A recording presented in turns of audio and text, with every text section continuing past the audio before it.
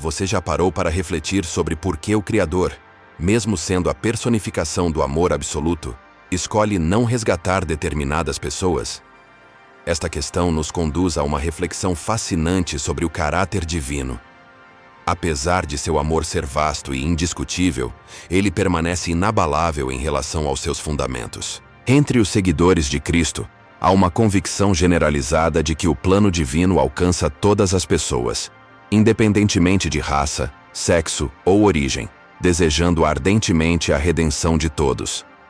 As Escrituras Sagradas ratificam esta verdade em 1 Timóteo 4, declarando o anseio do Altíssimo de que cada ser humano seja redimido e alcance o conhecimento verdadeiro. Porém, o que dizer daqueles que aparentam estar distantes dessa redenção? Hoje vou desvendar 7 categorias de indivíduos que podem enfrentar barreiras significativas nesta trajetória de fé.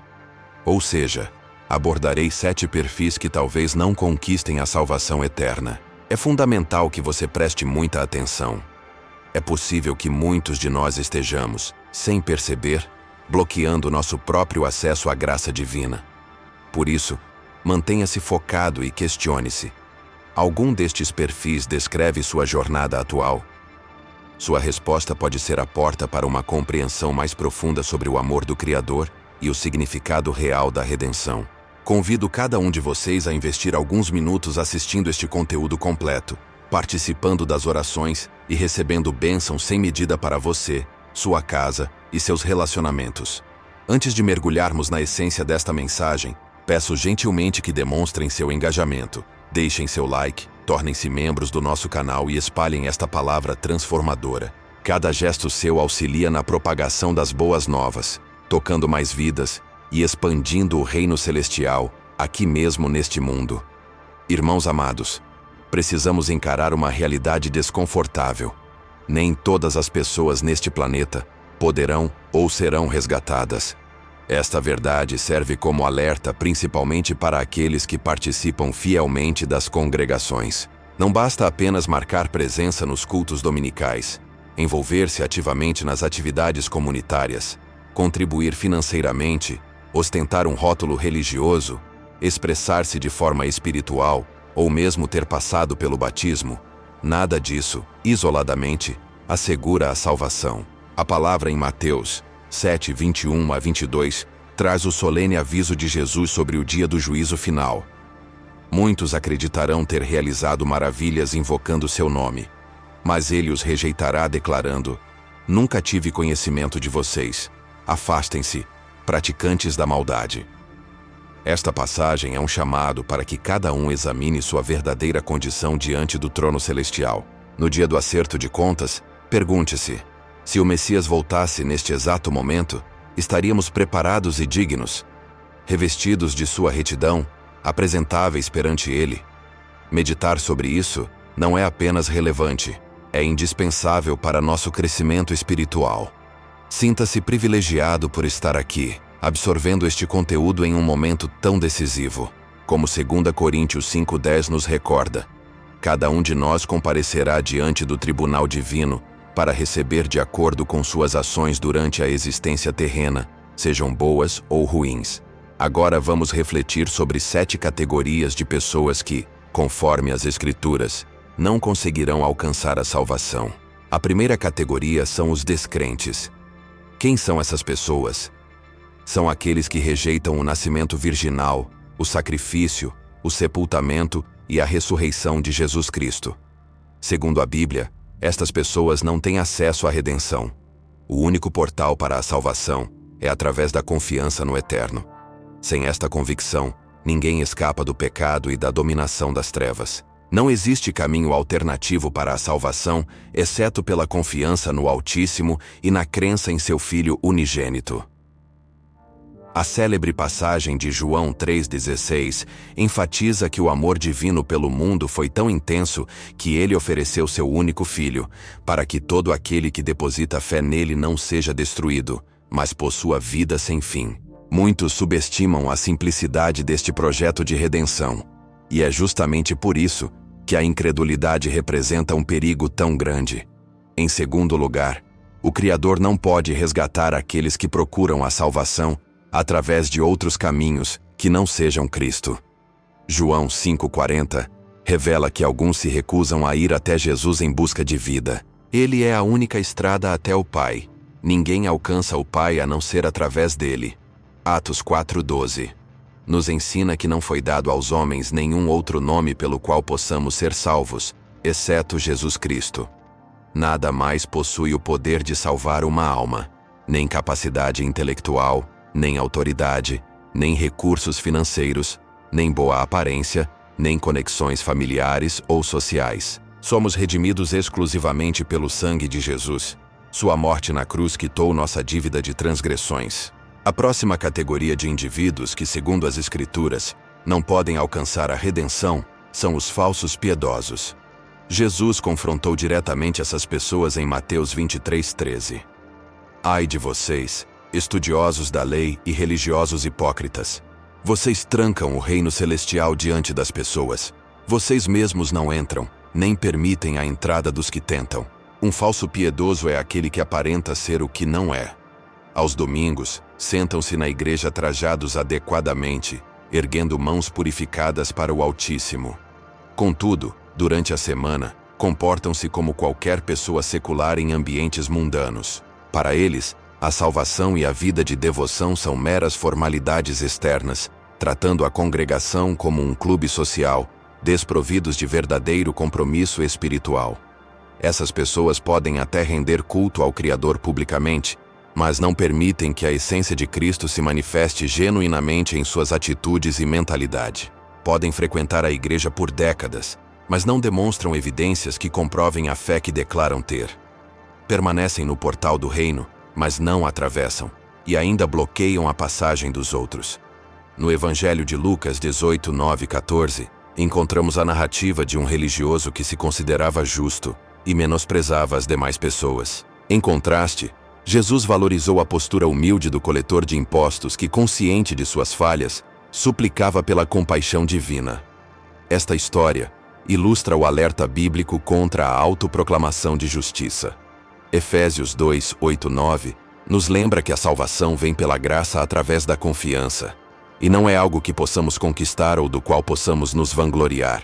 A quinta categoria de pessoas impossibilitadas de serem salvas são os apóstatas. 2 Pedro 2, 20 e 22 fala claramente sobre eles. Se alguém, depois de conhecer nosso Senhor e Salvador, volta a se enredar e é dominado pelas coisas mundanas, sua situação final é pior do que a inicial. Isso destaca a seriedade de se desviar do caminho verdadeiro após tê-lo conhecido. Esses indivíduos se encontram em condição mais grave no final do que no começo.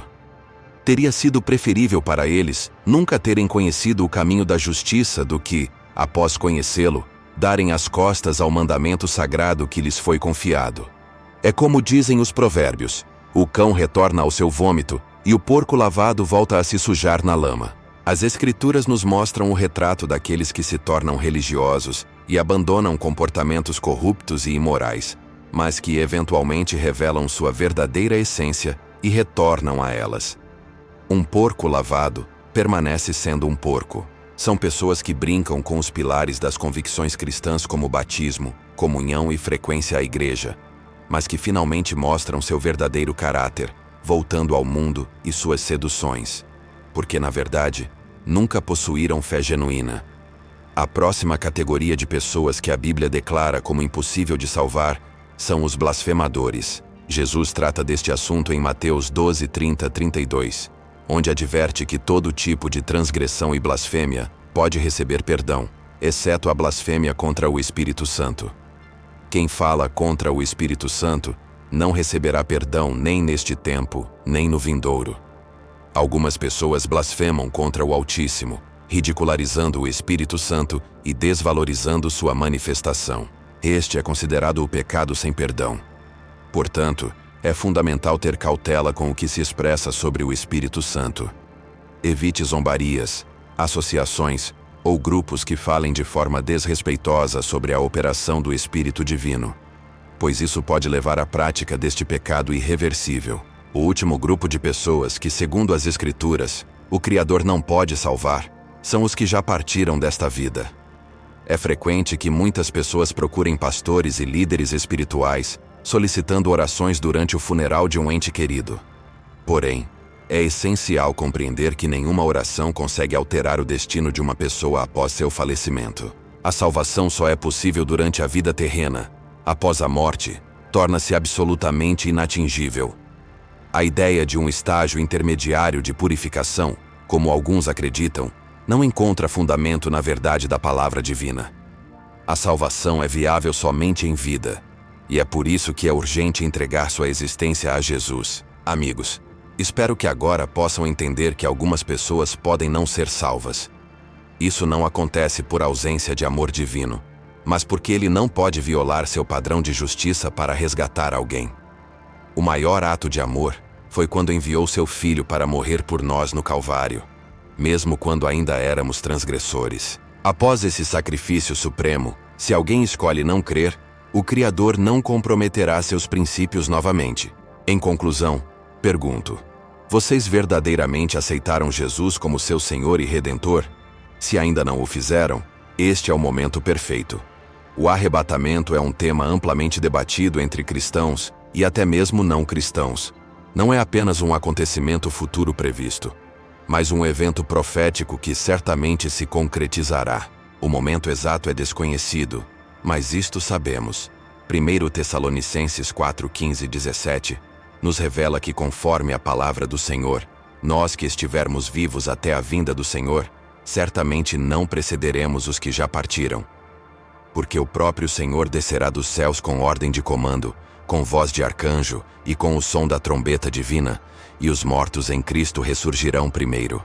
Depois disso, nós que estivermos vivos seremos elevados juntamente com eles nas nuvens, para nos encontrarmos com o Senhor no ar, e assim permaneceremos com Ele eternamente. Este é o momento que aguardamos com esperança e confiança. Ser elevado para se reunir com o Senhor nas nuvens é, sem dúvida, uma experiência gloriosa que todo fiel antecipa com grande expectativa. O arrebatamento é um evento exclusivamente destinado ao povo do Senhor, aqueles que depositaram sua confiança na graça redentora de Jesus e se distanciaram de uma vida de transgressões. Isso significa que, independentemente de quantas ações nobres alguém realize na terra, ou quão puras sejam suas intenções, se não é um fiel que vive para o Altíssimo, não será elevado quando esse momento chegar. Algumas pessoas acreditam que o arrebatamento ocorrerá múltiplas vezes, oferecendo uma segunda oportunidade àqueles que perderem a primeira. Contudo, a Bíblia não sustenta essa teoria. Portanto, é crucial fazer todo o possível para garantir sua participação nesta experiência gloriosa. O arrebatamento acontecerá uma única vez e não se repetirá. Ser deixado para trás significará enfrentar o caos e a perseguição do governo do Anticristo. Por outro lado, para aqueles que forem elevados, será o início de um reinado eterno com o Senhor. A relação entre os fiéis arrebatados e Jesus será eterna. Não apenas escaparão do perigo da condenação, mas também abraçarão e desfrutarão plenamente o significado de ter a vida eterna. O último adversário, que é a morte, será julgado e derrotado. Este conteúdo explicará detalhadamente o que é o arrebatamento. Peço que acompanhem com atenção, pois isso fortalecerá sua convicção e eliminará qualquer receio sobre o arrebatamento do seu coração. O termo arrebatamento descreve um evento crucial nas Escrituras, no qual o Criador remove todos os fiéis em Cristo Jesus da terra, preparando o caminho para que seu juízo justo seja derramado durante o período da grande tribulação. É importante destacar que a palavra arrebatamento não é mencionada explicitamente em lugar algum da Bíblia. No entanto, diversos versículos em diferentes partes das Escrituras apontam para a ocorrência deste grande acontecimento. Exemplos desses versículos são encontrados nos evangelhos de Mateus, Marcos e Lucas, assim como nas cartas apostólicas e em outras seções do Novo Testamento. Esses textos confirmam a ocorrência profetizada que chamamos de arrebatamento. Devido à importância deste evento futuro, muito se tem ensinado sobre o arrebatamento. Uma crença significativa mais equivocada, associada ao arrebatamento, é que muitos acreditam que este e a segunda vinda de Cristo são o mesmo acontecimento.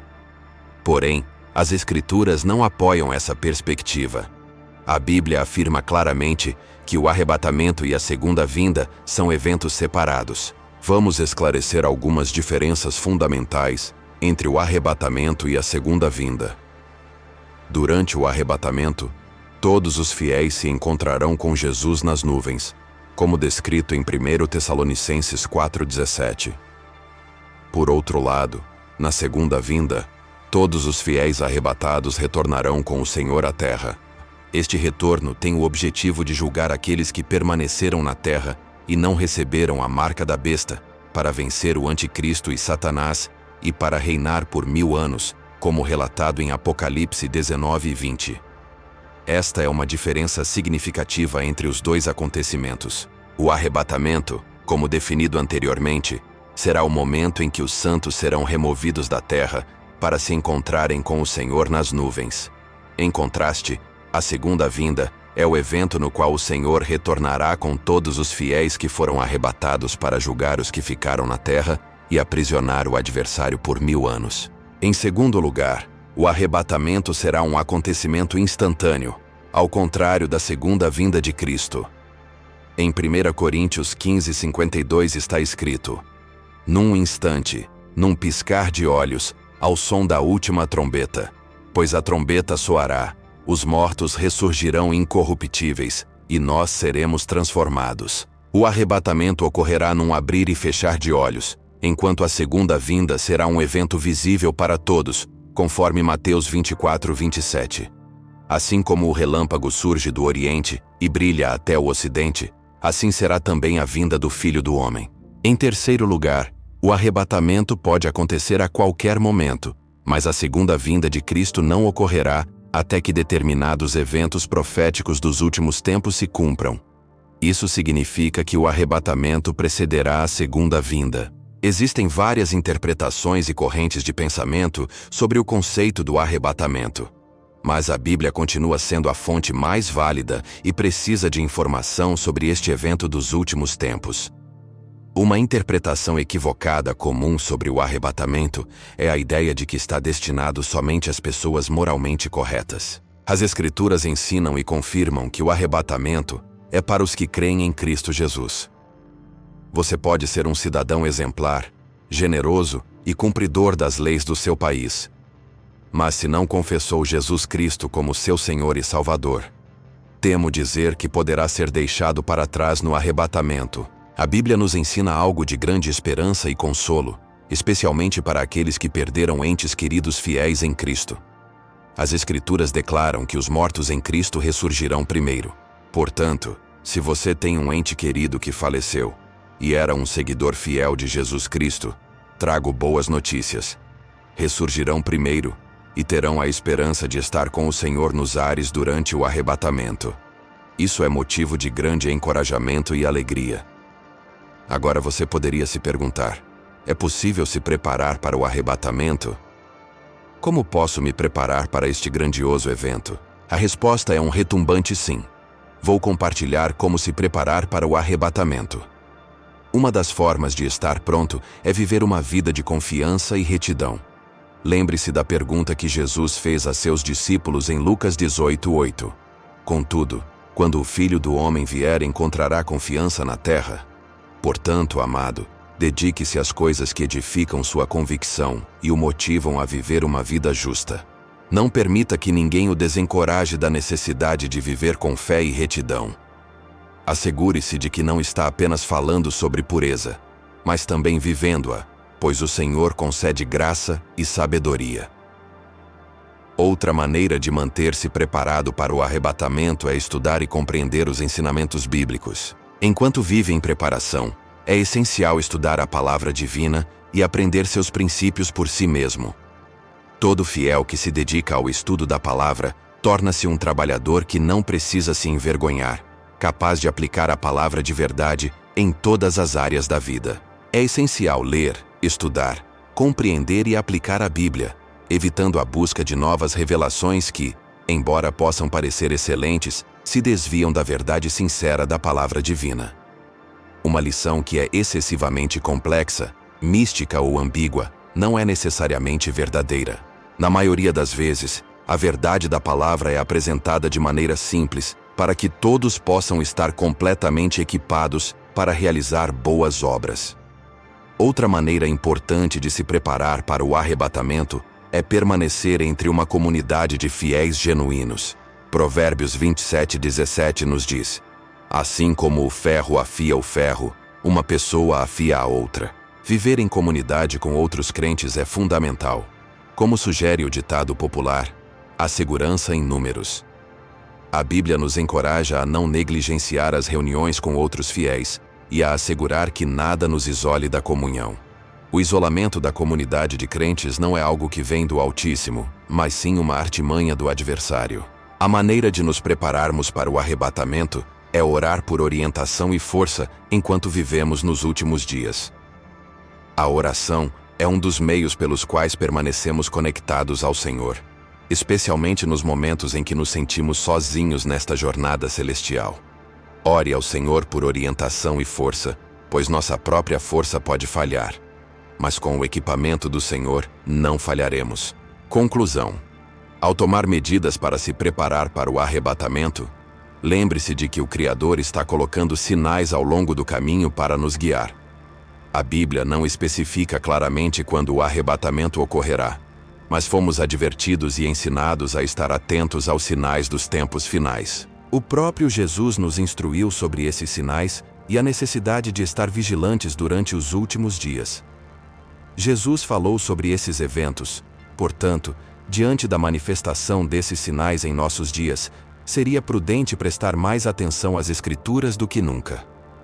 É crucial nos focarmos nas orientações que Jesus nos deixou sobre como conduzir nossas vidas nos tempos finais. Como ele disse em Mateus 24:33. Assim também vocês, quando virem todas essas coisas, saibam que ele está próximo, às portas. Neste conteúdo, compartilharei 3 ensinamentos vitais de Jesus e como eles se aplicam de maneira prática e direta à nossa vida cristã cotidiana. O primeiro conselho de Jesus, encontrado em Mateus 24:46, nos informa que seremos abençoados se formos encontrados cumprindo suas instruções quando ele retornar. Jesus, ao orientar os fiéis sobre seu retorno, enfatizou que a verdadeira fidelidade está em ser encontrado fazendo isso quando o Mestre retornar. Ele prometeu que, em sua volta, esses servos fiéis seriam abençoados. Mas o que significa ser encontrado fazendo isso? O que exatamente o servo, o fiel que segue Jesus, deve estar fazendo quando o Senhor retornar? Para permanecer seguro nesses últimos dias, significa ser encontrado fielmente realizando as tarefas que o Senhor confiou a nós como crentes. Isso implica que não devemos negligenciar a missão que Ele nos confiou até seu retorno glorioso. Jesus esclareceu essa ideia através da parábola dos talentos. Ser encontrado fazendo isso significa estar ativamente comprometido e dedicado à missão que nos foi confiada, realizando-a com excelência enquanto vivemos em sincera expectativa do retorno de nosso Mestre. Algumas das responsabilidades que nos foram confiadas incluem: pregar o Evangelho. Jesus instruiu cada um de seus seguidores a pregar a mensagem do Evangelho como parte da grande comissão. Este é um chamado para todos os que depositaram sua confiança em Jesus para serem ativos na missão de levar o Evangelho a todos ao nosso redor. Nosso compromisso em difundir a mensagem do Reino Divino às aproximadamente 8 bilhões de pessoas no mundo deve ser firme, independentemente dos obstáculos e desafios que encontrarmos. Fazer discípulos. Além de disseminar o Evangelho, Jesus nos encomendou a fazer discípulos. Esta tarefa está claramente delineada em Mateus 28:20. Ensiná-los a obedecer a tudo o que eu lhes ordenei, e eu estarei sempre com vocês até o fim dos tempos. Hoje a necessidade de discípulos é imensa, e Jesus convoca cada um de seus seguidores a multiplicar discípulos, facilitando assim a obra de seu reino. Somente um discípulo pode formar outro discípulo. Há uma necessidade urgente de trabalhadores dedicados no reino divino hoje. Quando nos esforçamos em ajudar as pessoas a se aproximarem do Criador, a amá-lo, servi-lo e apresentá-lo, estamos de fato colocando em prática o mandato de Jesus. Ao fazer isso, Nos comprometemos a ser encontrados fazendo isso no momento do retorno do Senhor. Uma das orientações cruciais que Jesus nos deu para viver bem nestes tempos finais é manter sempre elevada nossa vigilância espiritual, evitando distrações que nos afastem do verdadeiro caminho. Conforme Marcos 13:33 na versão ampliada. Estejam alertas, vigiem constantemente e orem, já que desconhecem o momento exato da chegada. Para um cristão, estar em guarda significa estar atento e devoto em oração. Devemos, amados santos, permanecer sempre vigilantes, não sucumbindo ao torpor espiritual. Esta é uma exortação para aprofundar mais na prática da oração enquanto esperamos o retorno do Mestre. No lugar de oração, encontramos graça, consolo e paciência, elementos essenciais para atravessar os desafios destes últimos dias, escapando das armadilhas e enganos. Os desafios atuais exigem que você e eu dediquemos tempo de qualidade ao Senhor, em oração diariamente. Pergunte a si mesmo, como está a sua vida de oração? Quanto tempo dedica à oração todos os dias? Perceba que é fundamental orar continuamente para compreender a vontade divina para você e as ações que Ele deseja que realize nesse momento. A comunicação com o Criador nos proporciona vantagem frente aos inúmeros planos de Satanás. Muitos cristãos ainda não perceberam que o mundo está mudando diariamente para se alinhar com a agenda do Anticristo e que Satanás está empenhado em desviar o máximo número de santos possível. Mas lembre-se, ele é enganador. Dedicar tempo de qualidade à oração diariamente nos mantém despertos e atentos ao chamado de Jesus para a consciência de seu retorno. Dormir na busca de manter nossa vigilância nestes dias finais é ignorar este conselho vital de estar atento e alerta, pois não conhecemos a hora exata de seu retorno. Em Marcos 13:35-36 se diz: portanto, mantenham-se alerta, pois não sabem quando o dono da casa voltará. Se ele chegar de repente, não permitam que os encontre dormindo. Esta advertência é clara. Devemos evitar a insensibilidade espiritual. Aqui, dormir não se refere ao descanso físico, mas a um estado de insensibilidade e descuido espiritual.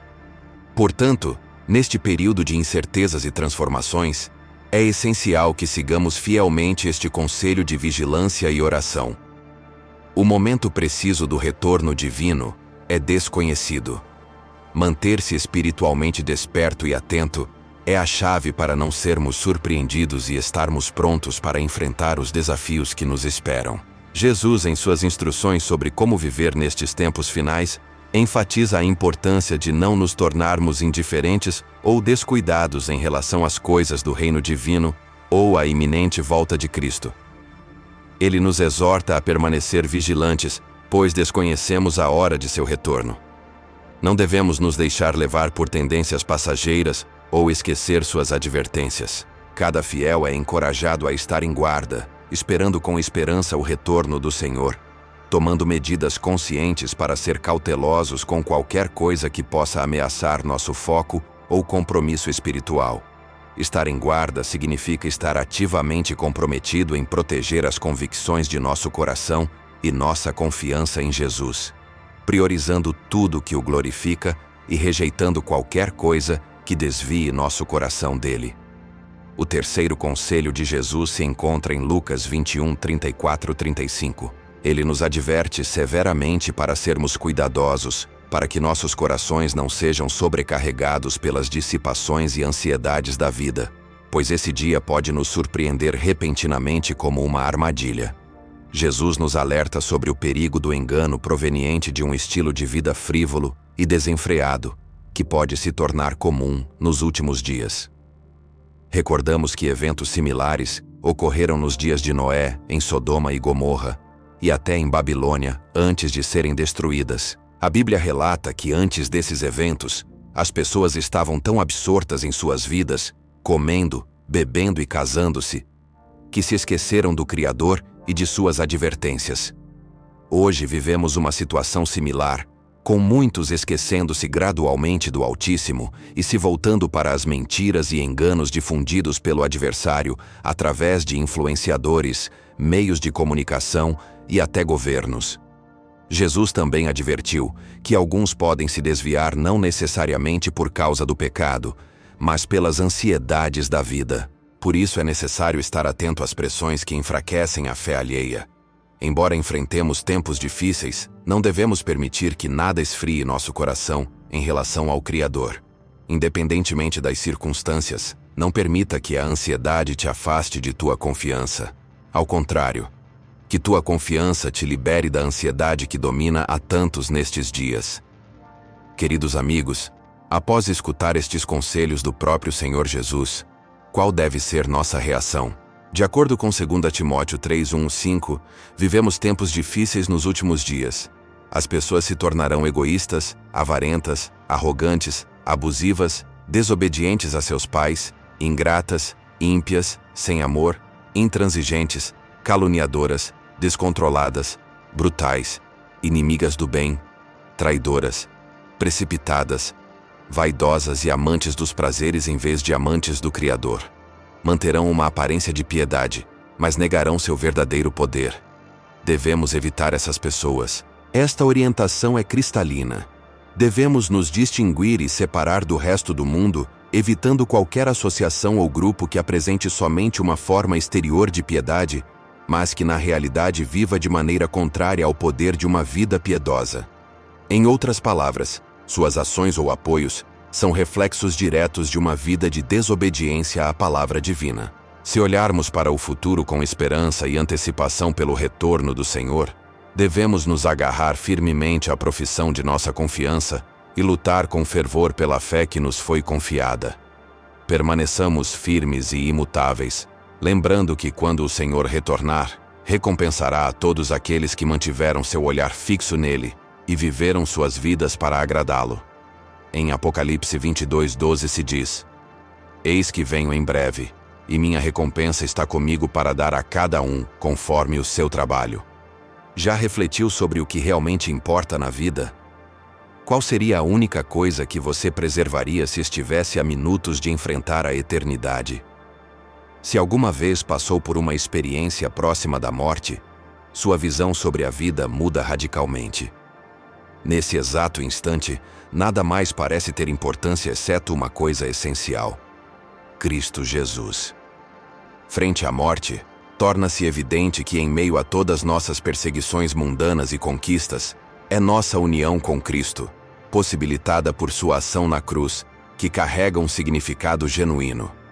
Acompanhe-me enquanto mergulhamos nesta mensagem profunda e exploramos a verdade eterna da cruz de Cristo, que tem o poder de salvar nossas almas e nos oferecer a garantia da vida após a morte.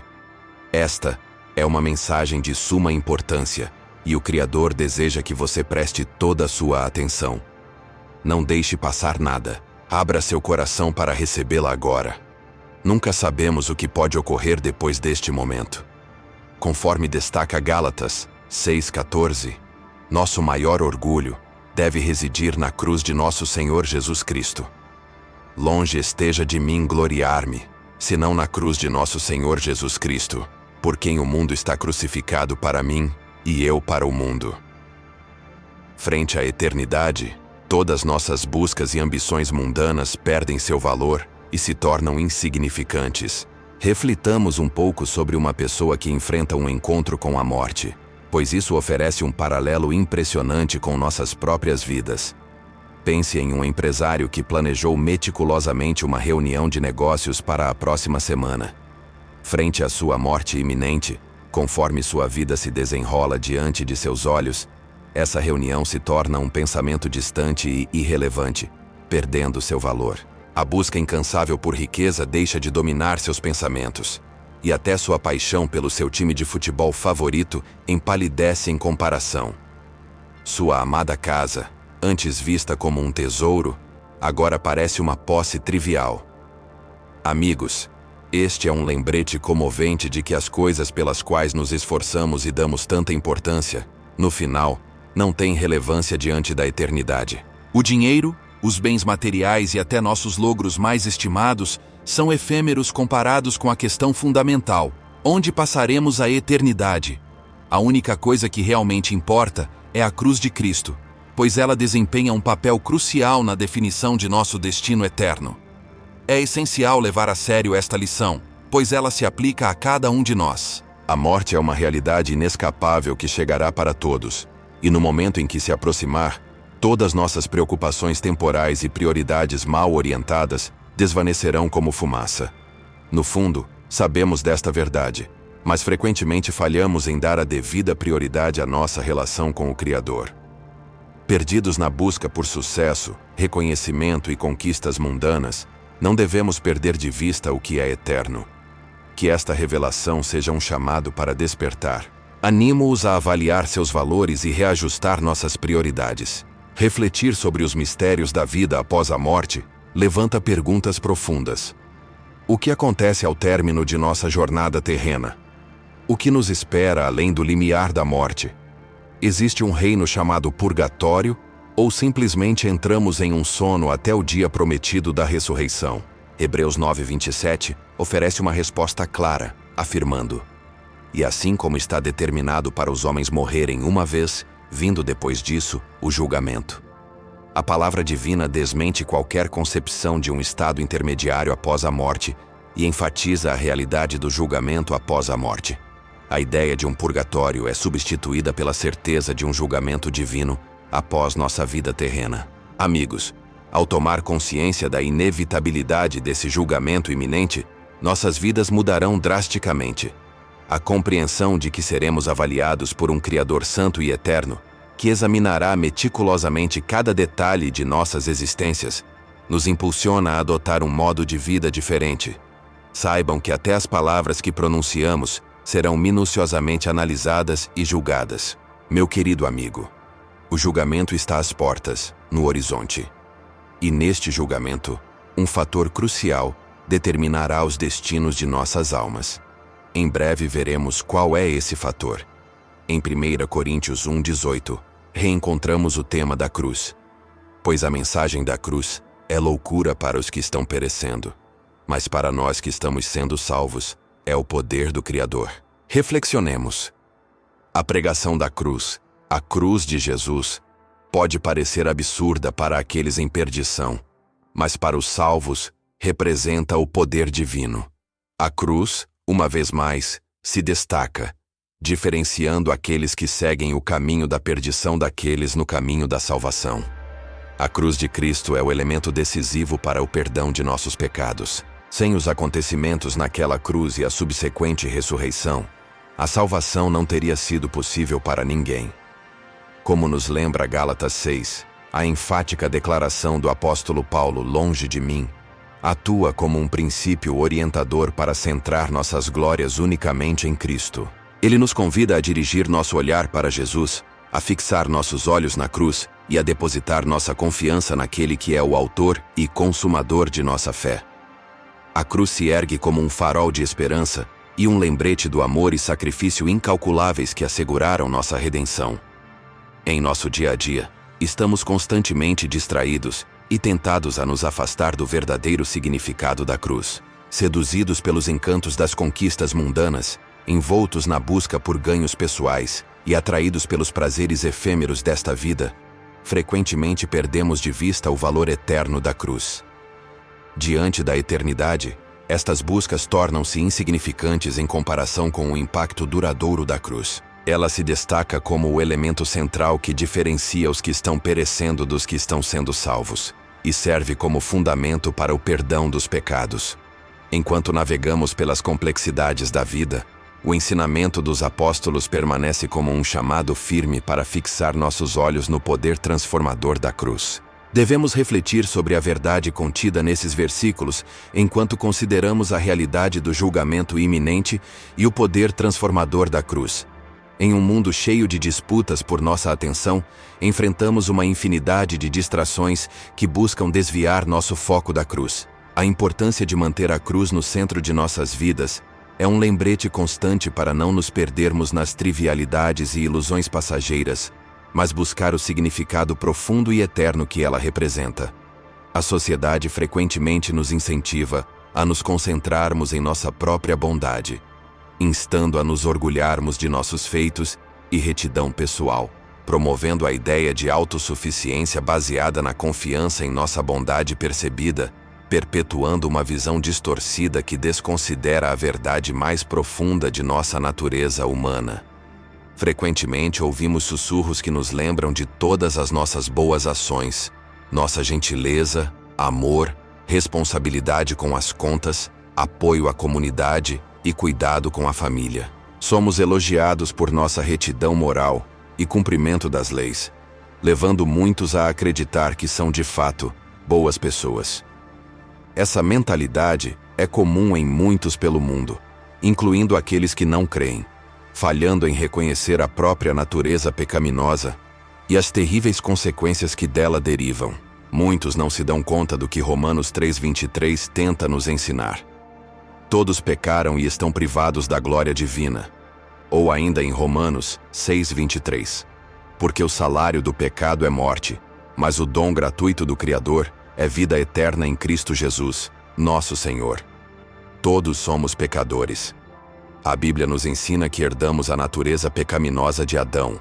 No entanto, o engano ilude as pessoas, dando-lhes uma falsa percepção de retidão, mantendo-as afastadas da salvação até que seja tarde demais. A compreensão limitada do pecado, vista apenas como crimes atrozes ou transgressões graves, é desafiada pela mensagem do Evangelho, que aponta para cada um de nós e declara que todos falhamos em alcançar a glória do Todo-Poderoso. O Evangelho apresenta uma mensagem direta e impactante, revelando uma verdade perturbadora.